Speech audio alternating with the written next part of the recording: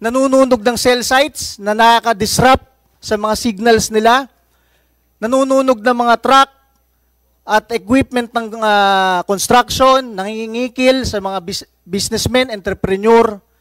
At isipin na lang ninyo, pinapatay nila yung mga pulis, sundalo at kapwa Pilipino. Yung mga pulis at sundalo natin, marami doon mahihirap lang rin na nag-apply at naglilingkod sa ating bansa. Iniisip ko nga dyan gusto ko rin itanong yan ba't pag namamatay yung pulis at sundalo, wala tayong masyadong sinasabi.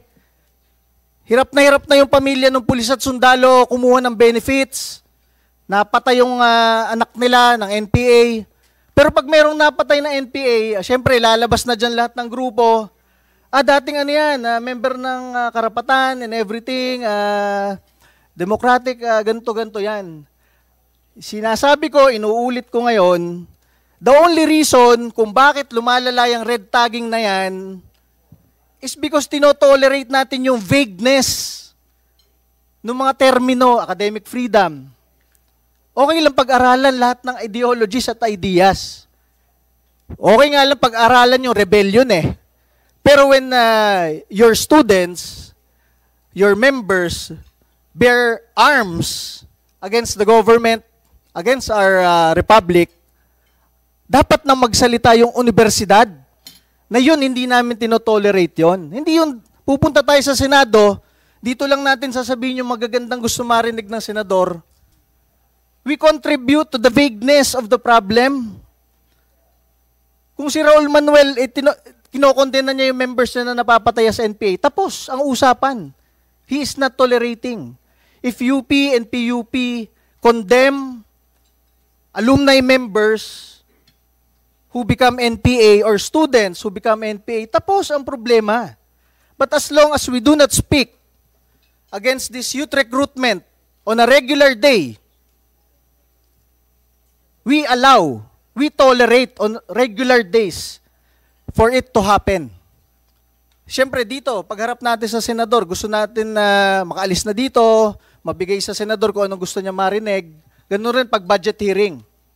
Pero sinasabi ko sa inyo, lahat tayo dito, marami dito, pinapasweldo ng taong bayan at ng gobyerno. At habang nandito tayo, mandato natin ipatupad ang batas na dalhin ng mga kabataang Pilipino towards nation building, create productive activities for the Filipino youth. Ito, last na sir.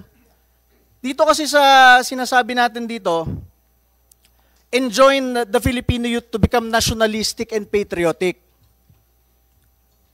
Who will say kung ano yung sense of patriotism? Kasi naging LFS ako sa UP Los Baños Pwede natin sabihin na ang pag-bear ng arms is a very patriotic act. Kaya nga sasali sa Kabataang Makabayan KM Makabayan nga Who will tell those students that those activities are not really nationalistic, patriotic, and contributory to nation building? Magulang? Paaralan? Ako sinasabi ko na ngayon, dapat merong mag-draw the line doon sa mga activities ng mga mag-aaral. Hindi doon sa ideas, kahit doon na lang sa pagkondena. Ang tanong ko, kinokondena ba ng mga paaralan, yung mga alumni na nag-NPA? And lastly, bakit sa lahat ng state colleges and universities, bakit meron tayong D&D accord with UP and PUP? Alam nyo, ito nakaka-contribute dyan Bawal pumasok yung government troops sa UP o sa PUP. Dati nga may naghahasa sa UP Diliman, kailangan pa magpaalam ng PNP bago makapasok. Nandun na yung naghahasa, nandun yung bangkay, malapit sa checkpoint ng UP Diliman. Bakit tayo merong ganong accord? Nagagamit yan, naabuso yan ng ibang NPA. Pag bumababa sila sa metropolitan area, syempre doon sila tatambay sa area na hindi pwedeng makapasok ang tropa ng gobyerno. How come na meron tayong government-funded institutions na bawal protektahan at isecure ng tropa ng government? 'Di ba? Yun lang po ang sinasabi ko. And yun po, madami ako masabi dyan. Kaya lang for the past 6 years, talagang pagod na ako dito sa issue na ito. At tinuturo na nga ng mga dating rebelde, nagaling rin sila dito sa school natin, ayaw pa natin talagang tutukan kung sino yung nagre-recruit dun mismo sa campuses natin. Yun lang po. Thank you, Ayusi Cardema. Indeed, it's really true.